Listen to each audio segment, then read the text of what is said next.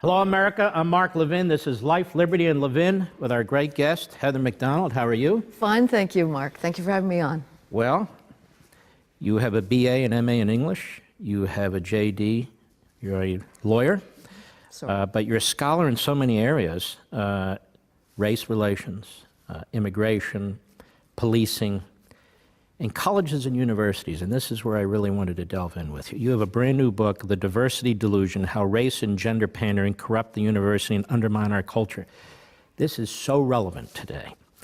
And you argue that toxic ideas first spread by higher education have undermined humanistic values, fueled intolerance, and widened divisions in our larger culture. And I think we see this everywhere now. We certainly do. The Kavanaugh hearings was an example that we're all in Gender Studies 101 now, Mark. Virtually every aspect of the culmination of hysteria that greeted Judge Kavanaugh was perfected over the last decade on a college campus. Above all, the preposterous mantra to believe survivors, regardless of the evidence, regardless of due process. This is the campus rape hysteria that has been transforming the lives of males on campuses, creating an extraordinarily costly bureaucracy, moved into the real world, and it's not going away. It's only going to get worse.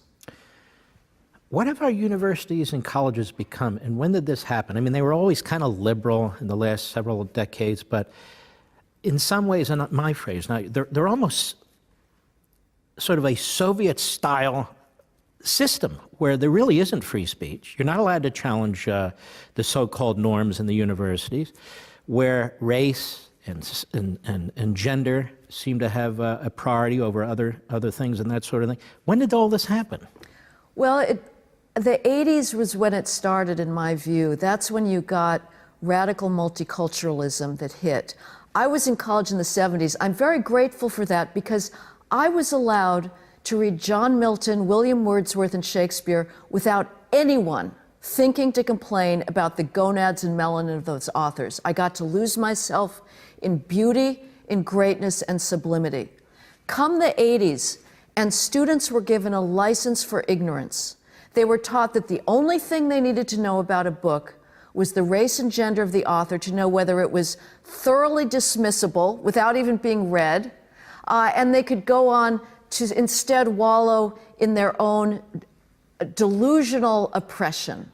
And it has only gotten worse since then. And what we are doing is breeding the grounds for, I fear, civil war, because students are being taught to hate the greatest works of Western civilization, and frankly, to hate each other.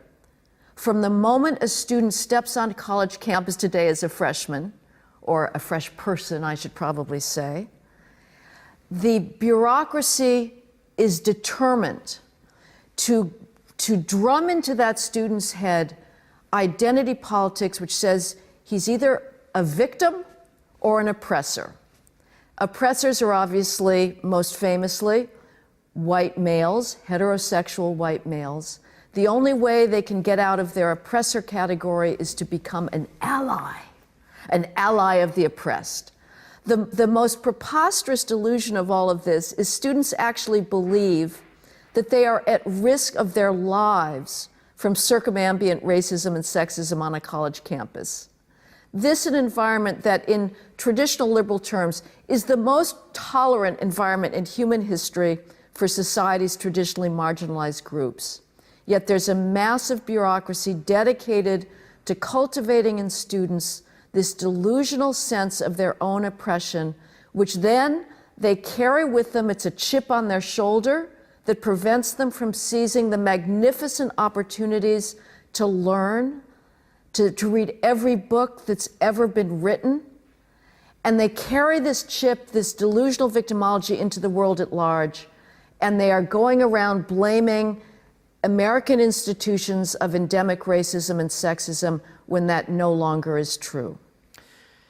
You see it with respect to professors and tenure. You see certain professors are sort of drummed out of the classroom. You see the rise in confrontation, physical confrontation on college campuses. You see that the commencement speakers are almost totally of the left. And you see when some conservatives dare to go to a college campus and want to speak about things that are really not particularly controversial, how often you have to bring in the riot police or the security guards have to come into the facility. The administrators, are these the old 60s, 1960s retread types, or who are these people? Yeah, the administrators are even more left-wing than the faculty. And they are part of this massive bureaucracy. If students are wondering, why is my college tuition so expensive? Look no further than the diversity bureaucracy. At the University of California at Los Angeles, their vice chancellor for equity, diversity, and inclusion makes over $400,000 a year. This is mind-boggling. This is multiples more than your average faculty member makes. It could pay for free tuition for 4 years for 12 undergraduates. And that vice chancellor of equity, diversity, and inclusion has nothing to do, because there isn't a single bigot on a university campus today. Every faculty search is one desperate effort to find qualified females or so-called underrepresented minorities, this refers to blacks and Hispanics, who haven't already been snapped up by better endowed schools. So what do the vice chancellors of diversity, equity, inclusion do? Because they're certainly not routing circumambient racism and sexism. What they're doing is drumming into students' heads this false narrative of victimology. And what is amazing to me is that colleges are somehow held harmless for their rising tuitions. The solution that's always bandied about in public discourse is, well, more federal aid. No, don't feed the beast. Cut the bureaucracy, get back to the basics of learning, which now is a distant afterthought. No faculty has the guts to say, we know what you should learn, you're ignorant, we're here to put knowledge in your empty noggins. Instead, students are given utter carte blanche to decide what to study. The faculty have abdicated their intellectual responsibility. And as you say, we're in a very weird situation where speakers such as myself, who was prevented from talking about policing at Claremont McKenna College, when I need a police escort to come onto a college campus, an alarm bell should be going off in the faculty's ears saying, something's wrong here. But instead, the faculty are nowhere to be found. Let me ask you this.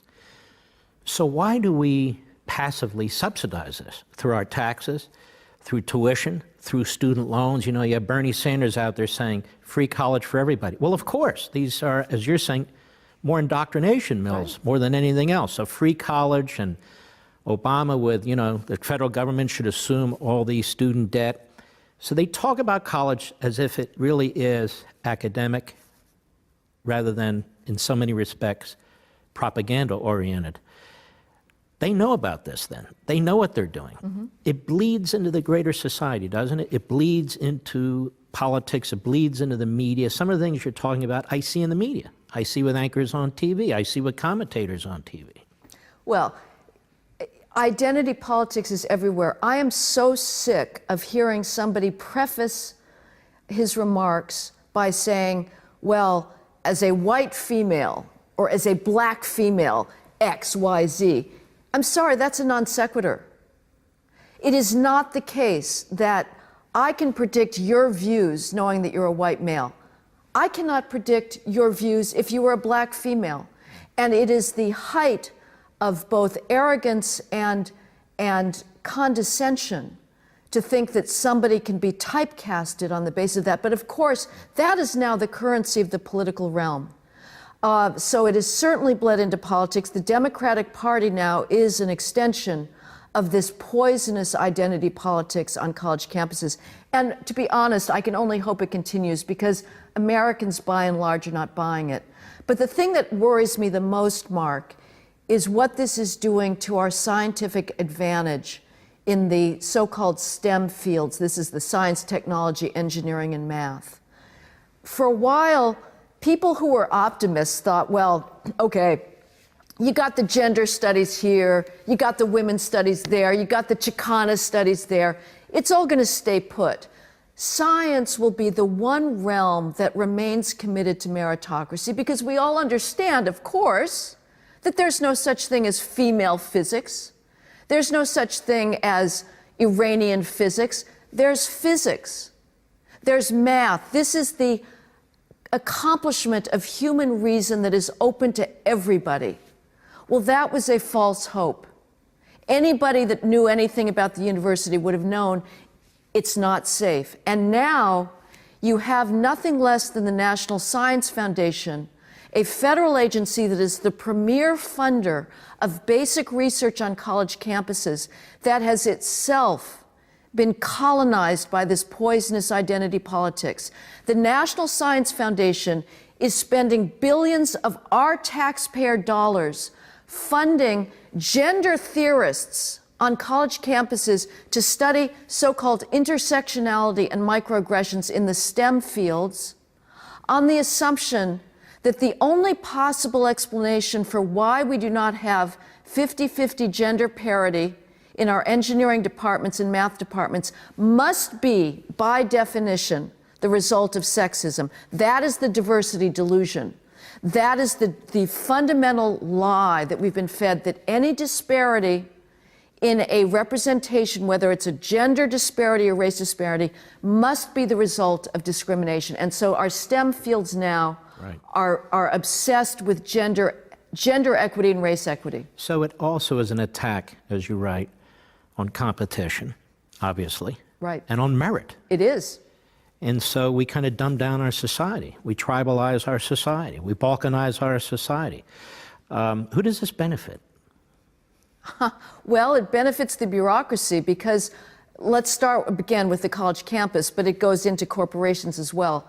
On a college campus, students are being taught to hate. They're being taught to think of themselves as victims.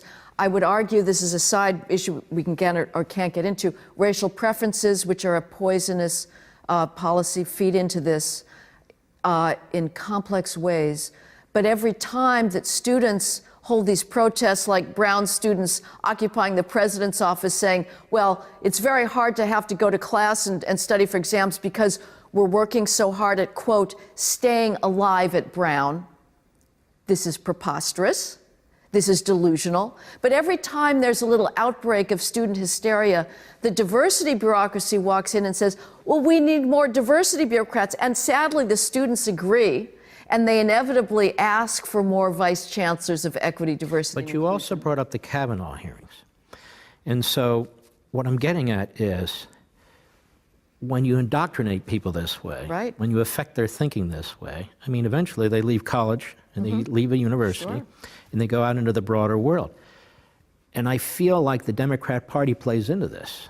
I feel like the Democrat Party plays into this. More and more the media play into this because a lot of these people in politics more and more and in the media more and more come out of this mindset, do they not? Well, yeah, the media believes, again, that race and gender determine everything. There's not a single mainstream media outlet that is not determining what stories to cover, who to source them to, who to quote, who to write them, that is not looking at race and gender on the assumption that those attributes determine our world, that America is profoundly racist, profoundly sexist, and they're seeking stories that they think support that narrative.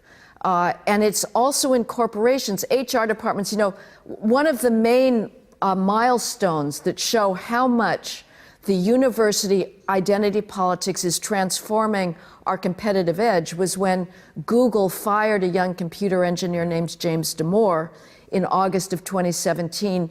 Damore wrote a factual, reasoned-based 10-page memo simply questioning the feminist orthodoxy that reigns at Google.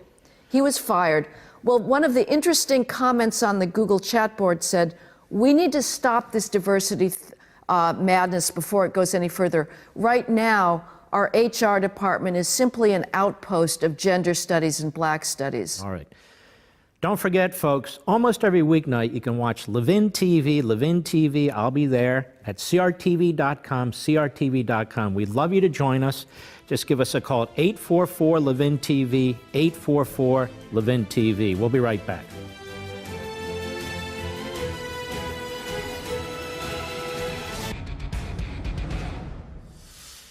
Heather McDonald, you've talked about how these ideas tear at the American fabric.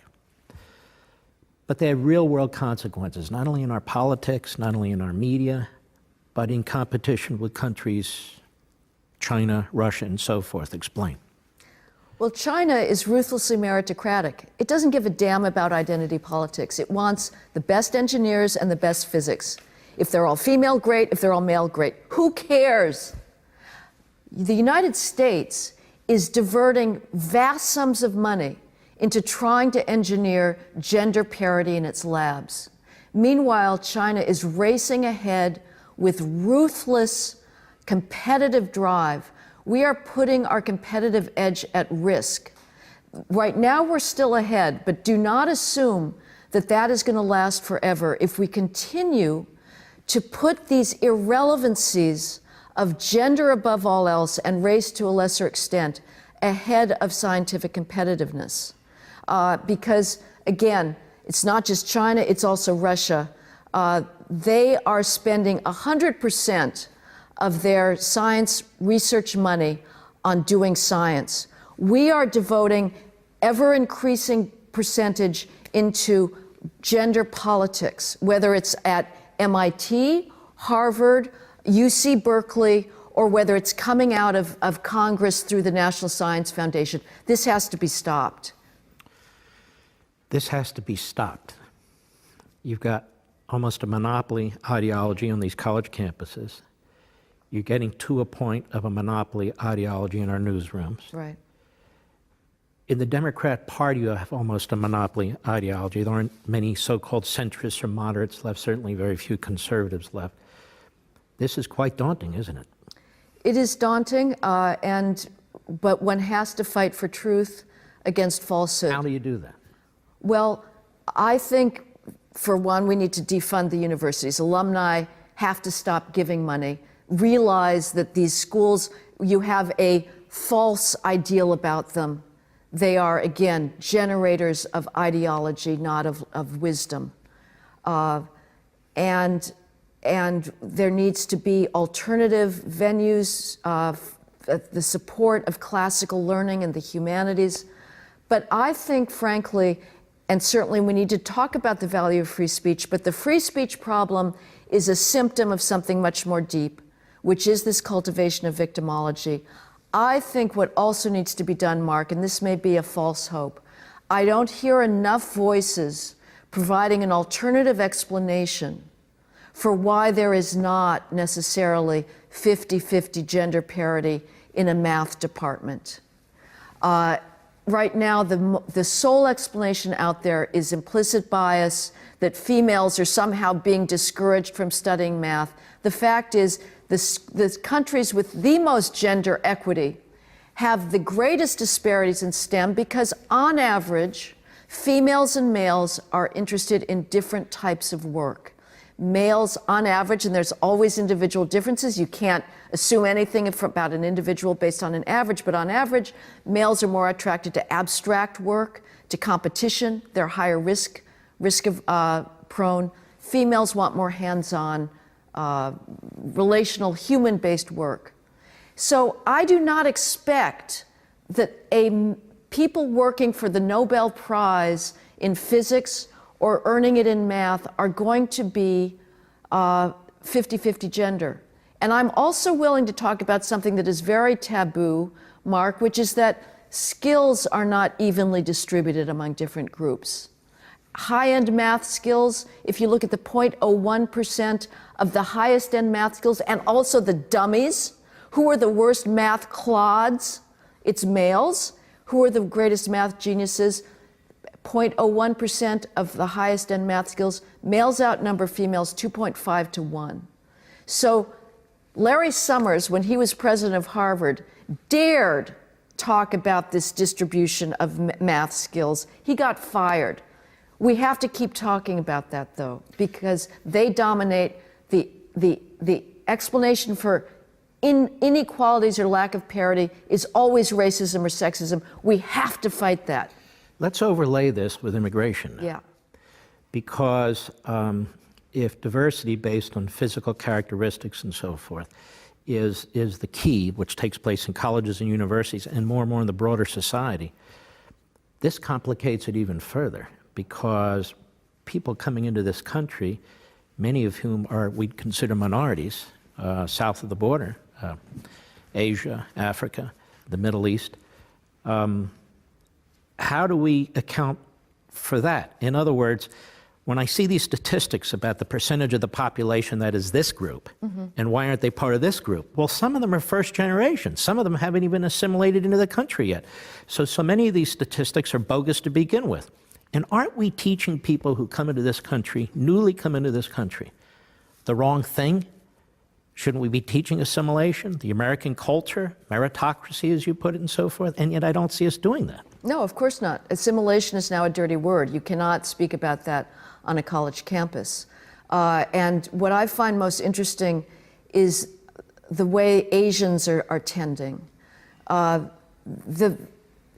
now, to be a victim in the United States is to be the highest elite position you can occupy. Power, ironically, flows from being a victim. You have this ruthlessly competitive drive to see who can be top victim, top dog victim.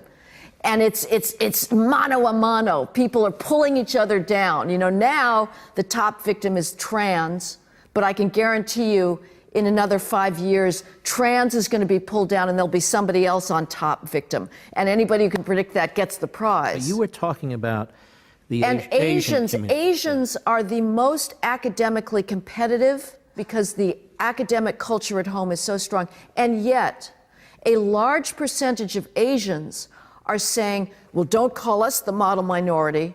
We want to be people of color against whites. You have a lot of Asians that are voting Democratic that actually support racial preferences in universities because even though it acts against them, Asians are the ones that are most penalized by racial preferences. Well, let me slow down there.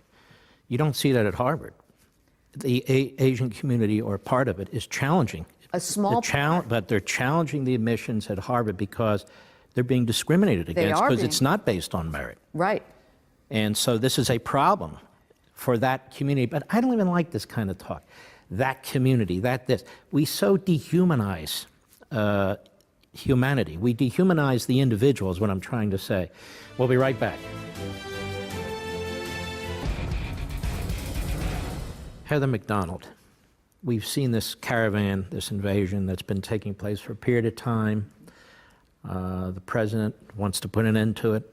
I look at this and I think to myself, shouldn't the nation be united in wanting to secure the border, whether you're for immigration, opposed to immigration? This is a law and order matter. This is a sovereignty matter. And when you see these pictures in the video of individuals throwing rocks, throwing bottles at ICE, at our law enforcement, and yet there is a significant percentage of our society, including members of Congress, including people in the media, including so-called scholars, who don't denounce this. In fact, they denounce the president for trying to resolve it. What do you make of that? It's remarkable. It is a divide that I cannot even get over. I can sometimes put myself in the shoes of the left on other matters, but on this one, it seems so obvious that nobody is entitled to enter any other country illegally. I am not entitled to walk into Germany and say, take me in. This is a fundamental right of citizens to determine themselves who comes in and who doesn't. So it's a matter of principle. We can also say, as a matter of consequences, if you lose that right, the migration flows that are going to take place into the United States would absolutely crush us. Milton Friedman famously said, you cannot have a welfare state and open borders. You will destroy a country. And I look at this and I say to myself, it's really in recent times that people try to break into your country carrying the flag of the country they come from, and then claim that they want asylum. And then to have people in the United States, people of prominence, public officials, media figures, and so forth, excusing it while they're hungry, while they want a better life, well this, well that. Okay, so if somebody robs a bank because they need money to pay their mortgage, that's okay. If somebody goes in a grocery store and steals a whole bunch of steaks because they need to feed their children, that's okay. There is a breakdown in respect for law and order, whether it's immigration, whether it's Baltimore, right, or any of these types of situations. Why is that? Well, you know, we have this ideology of you do not blame the victim. And so what you're saying is absolutely correct. That has been a factor in the left-wing culture for a long time, that if you get to claim victim status, you are absolved from following the rules. You can colonize, you can, defecate on the street because, well, you're a victim. You can steal because you're a victim. You can shoot other people because you're a victim. Do not apply. We have given up on the idea of a single moral standard for all people. Obviously, for the Democrats, when it comes to immigration, there is a belief that the more third world people of color that they bring in, the more they get a larger base for identity politics. I think what is driving this as well is some just profound hatred for Western civilization, which is perceived as being a function of white males. And so there's a desire to somehow deluge it and destroy what created just extraordinary advances in human well-being, prosperity, reason, and obviously affluence. But what I find so extraordinary is the left in the morning has one narrative, which is that there is no place more oppressive on earth than the United States for people of color. It's just, if you're a person of color in the United States, you are the subject of constant oppression. And in the afternoon says, we need every third world person of color to come here. Well, they can't both be true. Why is it that so many people in the third world are begging, they are breaking the law to come into the United States? Because they'll be oppressed? The ACLU should be saying, the ACLU in its morning mode should be saying to those third world people of color, stay put. You're much better off, and you're freer, and you're more affluent, and nobody's going to kill you by oppression in your third world person of color country. Instead, they all want them to come in. So it's a completely incoherent ideology that can only be unpacked by understanding that the agenda here ultimately is to try and bring down Western civilization. When we come back, I want to pursue that again. Why would there be forces in this country that live in the lap of luxury, that live in the lap of liberty, that live in the lap of law and order, justice, trying to destroy it? I think that's the big question. Ladies and gentlemen, don't forget, most weeknights you can watch me on Levin TV, Levin TV. I hope you'll join us. Go to crtv.com/Mark, crtv.com/Mark, or give us a call at 844-LEVIN-TV. That's 844-LEVIN-TV. We'll be right back.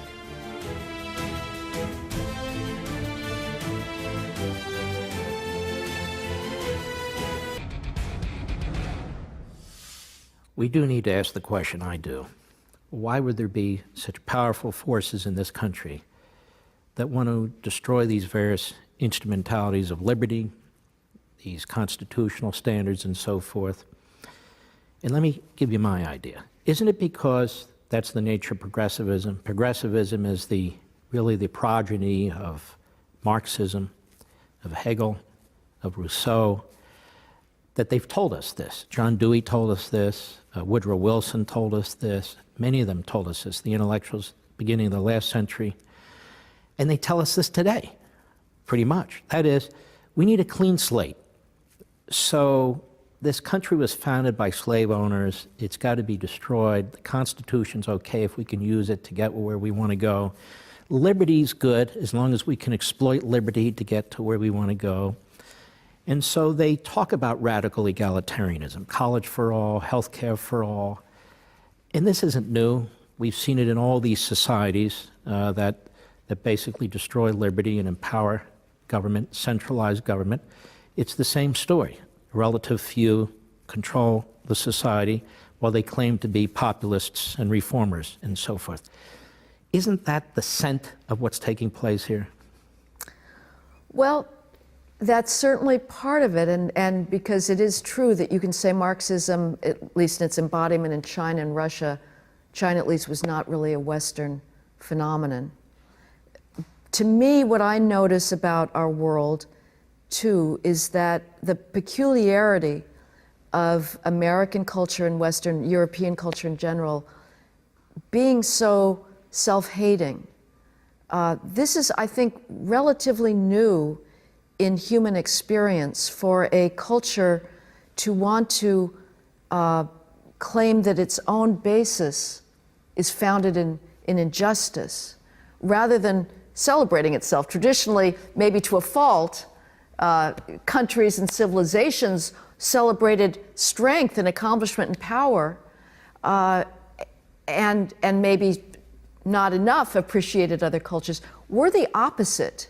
It is a very corrosive but very weird development in human history for the elites to be so dedicated to a narrative of guilt and shame. And one can seek an explanation in ultimate power, as you say, that the progressive elites are seeking to control society and to impose, I guess, a radical egalitarian agenda. But one has to ask, like, well, why is that?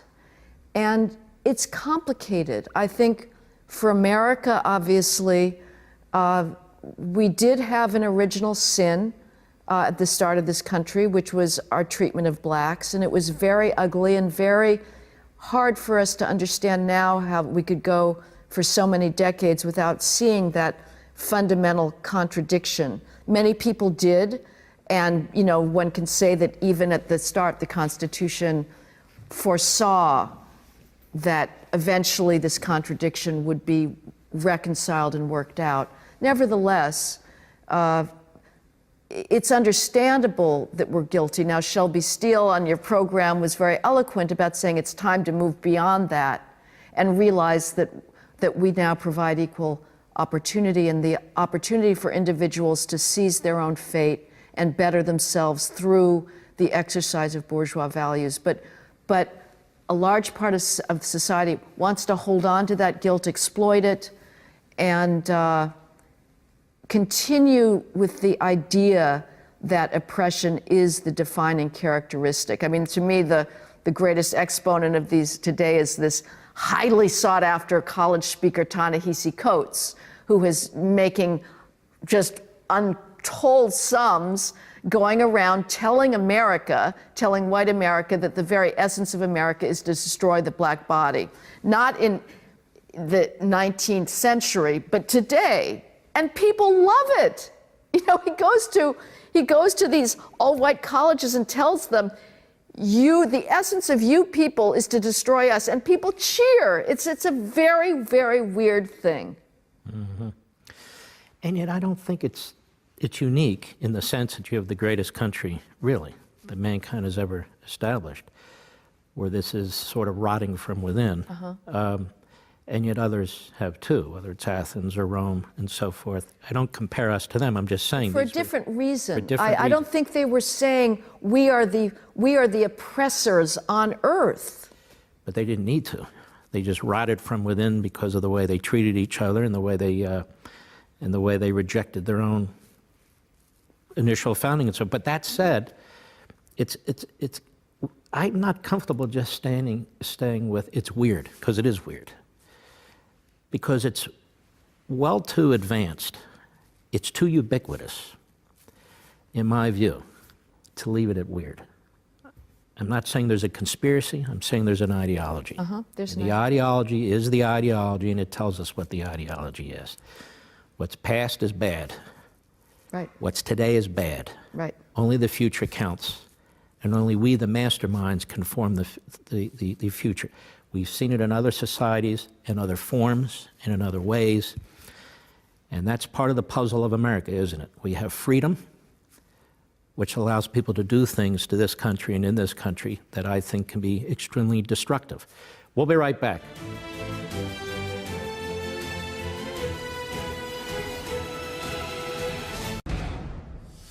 Heather McDonald, if we don't secure our border, even 90, 95% secure the border, know who's coming, vet them, if we don't recognize that we are a sovereign nation, a nation state with borders, and for people who come here even legally, if we don't assimilate people generally into our culture, into our language, into our communities, where are we going to be? You cease to be a country, right? Sure, you become nothing. I mean, what the main problem is this large, unchecked, low-skilled immigration flow that is imposing enormous costs on the country in terms of welfare, schooling, prison construction, policing, and is bringing they don't have the social capital. And what I've documented is the creation of a second underclass, where a lot of the kids of these illegal immigrants who are coming from largely peasant culture, instead of, again, because we're not having an argument or a narrative about assimilation, they're being sucked into gang culture. You have the highest out-of-wedlock teen birth rate among Hispanics, highest dropout rate from high schools among Hispanics. Many are succeeding, they're starting businesses, but a significant number is getting sucked into oppositional values, into sort of a gangster mentality. And that is creating greater social divisions, and it's costing taxpayers enormous amount of money. The Americans can see what happens, you know, in many communities when you have illegal people coming in, gang crime goes up. This is not an illusion. And so it is the right of any citizen body. It's not just Americans. Mexico, nobody else has birthright citizenship for illegal aliens. You want to see border controls? Look at what Mexico does try to do, unless it's a caravan that's going through en route to the United States. But every other country in this hemisphere understands that borders count, except when it's people going to the magnet that we've got. And of course, that's the other problem with not enforcing the rule of law, is it sends an invitation. The biggest deterrence to people coming illegally is the knowledge that there will be consequences. The sanctuary city movement is one of the most appalling acts of political daring. It's breathless in its ambitions. What's going on there is the hard left open borders lobby is making the most difficult possible case, which is to say that an illegal alien criminal, somebody who's here illegally, goes on to break other criminal laws, that person may not be deported. We'll be right back. Heather McDonald, I'm going to ask you the question I ask most guests. Where do you see this country in 5 or 10 years? Well, we're either in civil war or we've gotten ourselves away from the brink of civil war. And we're in civil war if we do not fight back against identity politics. You mean a physical civil war? Yeah, I absolutely do. We've seen it already. We're seeing civil violence grow, people with impunity, with the celebration, the encouragement of politicians beating each other up. Antifa. Harassing Tucker Carlson, harassing politicians. Again, the universities are teaching students to hate on the basis of race and gender. Unless we counter that narrative, which originates in the view that America is oppressive to females. I can tell you I've never been oppressed in my life. I've been the subject of gender quotas in my alleged favor. Unless we fight that narrative of endemic racism, we're in civil war. All right. Well, on that note, it's been a great pleasure, Heather. Thank you, Mark. Thank you very much. See you next time on Life, Liberty, and Levin.